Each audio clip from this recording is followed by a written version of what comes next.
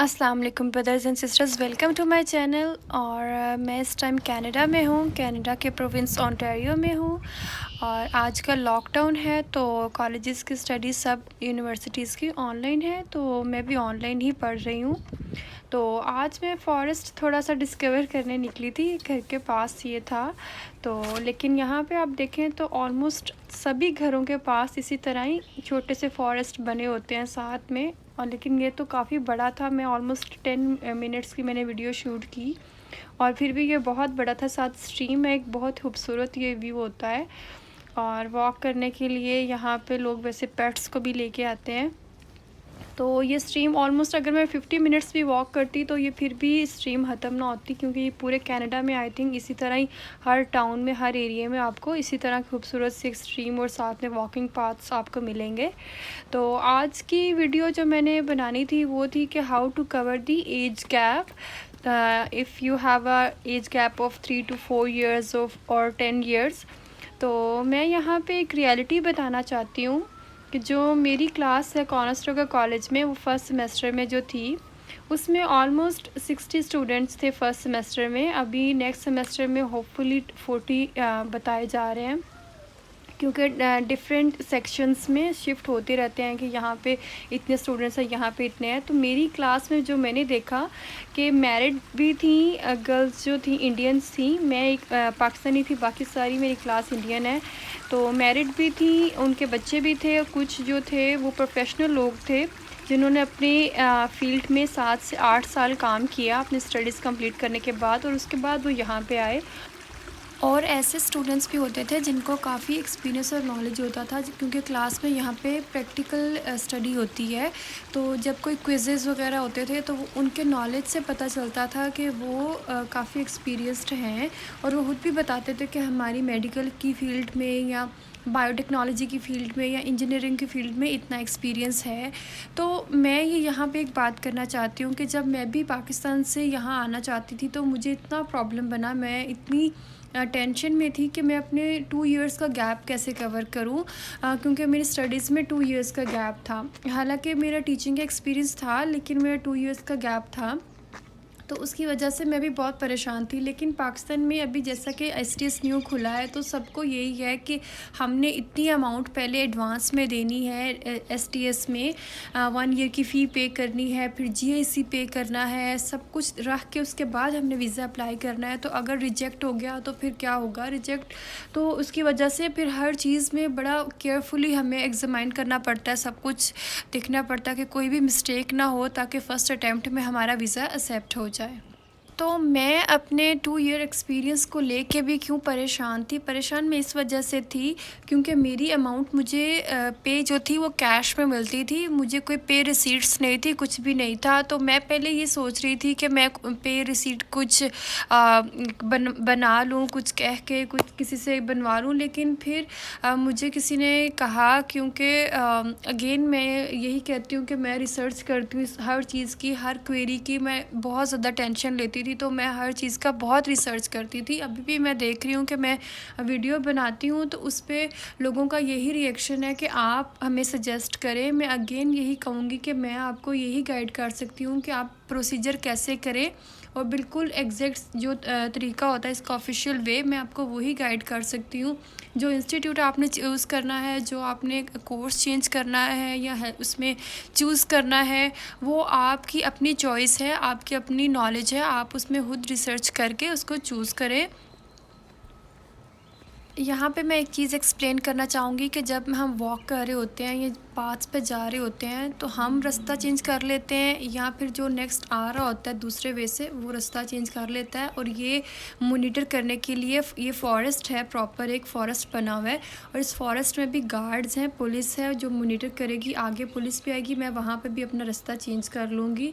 तो यहाँ पर कोविड-19 की वजह से ये बहुत ख्याल रखा जाता है कि कोई भी एक दूसरे के आमने सामने से ना गुजरे। और ये है जी कि आप अपना वे चेंज कर लो, अगर सामने से कोई आ रहा है। तो कमिंग टू द टॉपिक, मैं ये कहूँगी कि अगर किसी का 5 साल से कम एक्सपीरियंस है और अगर किसी का 10 साल का एक्सपीरियंस है तो वो क्या करे। तो सबसे पहले बताऊँगी कि 5 साल से कम है। अगर किसी का 5 साल से कम एक्सपीरियंस है, लाइक 2, 3, 4, 5 ईयर्स का एक्सपीरियंस है, तो उसको क्या करना चाहिए। उसके लिए मैं सजेस्ट करूँगी कि पे रिसीट्स नहीं चाहिए। एक ऑफिशियल तरीके से जो आपका एक्सपीरियंस लेटर होगा किसी अच्छी ऑर्गेनाइजेशन पे जहाँ आपने काम किया हुआ है, अगर नहीं भी काम किया हुआ है तो कोशिश करें कि किसी से क्या कि बनवा लें। मैं तो ये आपको सजेस्ट नहीं करूँगी, लेकिन पाकिस्तान में लोगों को प्रॉब्लम्स ही इतनी है कि लोग यहाँ पे मूव होना चाहते हैं, अपना फ्यूचर सेट करना चाहते हैं। तो उसके लिए तो सबसे बेस्ट वे है कि अगर आपका एक्सपीरियंस है तो सबसे अच्छी बात है, लेकिन अगर नहीं है तो किसी अच्छी फर्म से, किसी अच्छी ऑर्गेनाइजेशन से या किसी कंपनी से या किसी छोटा मोटा जो बिज़नेस होता है लोगों का, वो किसी से कह के आप अच्छा एक्सपीरियंस लेटर अपना बनवा लें। और उस पर उनका ऑफिशियल उनका लेटर हेड होना चाहिए जिस पे उस ऑर्गेनाइजेशन का ऊपर नेम हो, नीचे उनकी स्टैंप हो, नीचे सिग्नेचर हो, फ़ोन नंबर हो, एड्रेस हो। मैं अपना जो है वो यहाँ पर शेयर कर रही हूँ, आप देख लीजिए। मेरा ये एक्सपीरियंस लेटर था। तो उसके बाद अगर किसी का 10 ईयर का एक्सपीरियंस है या 10 ईयर से कम एक्सपीरियंस है तो वो क्या करे। तो अगर किसी का 10 ईयर से कम है तो उसके लिए जो है पे रिसीट्स होना ज़रूरी है, क्योंकि ये एक्सपीरियंस ज़्यादा है। तो अगर आप एक उसको अच्छे वे से डिफेंड करेंगे, क्योंकि इसको डिफेंड करना मुश्किल हो जाता है, जो 7-8 ईयर का एक्सपीरियंस होता है उसके लिए आपको पे रिसीट्स, उनको प्रूफ, बेशक वो प्रूफ नहीं मांगते, लेकिन आप अपनी सिक्योरिटी के लिए उनको प्रूफ दें कि मैंने इस फील्ड में काम किया है और ये मेरी पे रिसीट्स हैं पिछले 5 से 6 सालों की या पिछले 3 से 4 सालों की, और उनसे एक्सपीरियंस लेटर बनवाएं। एक्सपीरियंस लेटर के अलावा आप रेफरेंस लेटर भी उस इंस्टीट्यूट या कॉलेज या बैंक है जहाँ पर भी आप काम करते हैं उस फर्म से बनवाएंगे। रेफरेंस लेटर में आप ये एक्सप्लेन करवाएंगे कि ये वो आपका ऑर्गेनाइजेशन ये सजेस्ट करेगी कि हम ये ऑर्गेनाइजेशन, ये जो भी आपकी ऑर्गेनाइजेशन या फर्म होगी, वो हम आपको इस अपने एम्प्लॉय को सजेस्ट करते हैं कि ये कैनेडियन यूनिवर्सिटी या कॉलेज में ये डिप्लोमा या डिग्री करे और उसके बाद हमारे इंस्टीट्यूट में वापस आए और फिर ये इस पोस्ट पे काम करेगा और इससे अच्छी पे पे काम करेगा। और हम इसके कैनेडियन एक्सपीरियंस के साथ जो भी हमारी फर्म में शॉर्ट कमिंग्स हैं वो उनको फुलफ़िल करने की कोशिश करेंगे।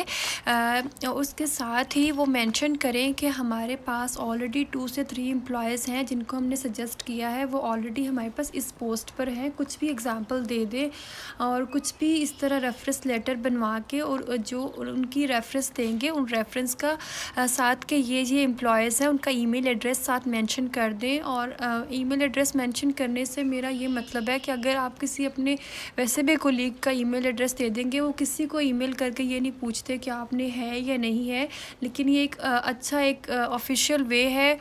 तो रेफरेंस लेटर के लिए अगर आप अपने किसी फ्रेंड्स की डिटेल डाल भी देंगे कि ये एम्प्लॉयज़ इस कंट्री में डिग्री करने गए थे, तो ये कनाडा वाले उनको ज़रा भी नहीं पूछेंगे कि आप गए थे या नहीं गए थे, लेकिन ये सिर्फ आपकी एक वो वर्थ ऐड हो जाएगी आपकी लेटर में। और लास्ट में होगा एसओपी में आप एक्सप्लेन करेंगे उसको अच्छे तरीके से कि जो चीज़ें आपने एक्सपीरियंस लेटर और रेफरेंस लेटर में डाली हैं कि इस तरह मुझे ऑर्गेनाइजेशन ने फर्म ने किया है। और जो एडिशनल इन्फॉर्मेशन होगी आपकी एसटीएस की एप्लीकेशन में, आप उसमें रिसीट्स डाल देंगे कि ये मेरी पे रिसीट्स हैं, ये बैंक की ये डिटेल्स हैं, इस हर मंथ में ये पे आती थी मेरी इस ऑर्गेनाइजेशन की तरफ से। और इसके अलावा मैं आपको यही सजेस्ट करूँगी कि आपका अगर 5 ईयर से कम भी एक्सपीरियंस है तो अगर आपके पास पे रिसीट्स हैं तो आप डाल दें। और जिनके पास नहीं है पे रिसीट्स और उनका 5 साल से कम एक्सपीरियंस है तो फिर उनको बनवाने की ज़रूरत नहीं है। आपके एक्सपीरियंस लेटर के साथ, रेफरेंस लेटर के साथ और एसओपी में वो चीज़ें कवर हो जाएंगी, लेकिन उसकी यही आपकी एक रिक्वायरमेंट है कि आपने उसको ऑफिशियल तरीके से विदाउट एनी मिस्टेक बहुत अच्छे तरीके से लिखा हो, ताकि वो देखते ही पढ़ने वाला या वीज़ा ऑफिसर जो भी डिसीजन करता है वो आपको फ़र्स्ट अटैम्प्ट में एक्सेप्ट कर ले कि ये बिल्कुल सच बोल रहा है और ठीक है, कुछ भी फ्रॉड नहीं है। तो लेकिन अगर आपने एक चीज़ में कुछ और मेंशन किया और दूसरी चीज़ में कुछ भी आपने मिस्टेक कर दिया, क्योंकि ये चीज़ें जो होती हैं ना, एक्सपीरियंस लेटर, रेफरेंस लेटर और एसओपी, अगर इनमें कोई भी इंफॉर्मेशन मिसमैच है तो फिर आपके लिए प्रॉब्लम क्रिएट हो जाती है कि आपने फ़ेक डॉक्यूमेंट्स बनाए हैं कुछ भी, तो बार बार रीचेक करके उसको ऑफिशियल तरीके से फिर अपलोड करें। मुझे जितना नॉलेज था, जितना मुझे एक्सपीरियंस था, मैंने सारा आज डिटेल के साथ बता दिया एज गैप कवर करने के लिए। तो नेक्स्ट वीडियो में इंशाल्लाह कोई नया कंटेंट लेके आऊँगी। Thank you so much for watching, stay tuned for next video and अल्लाह हाफिज़।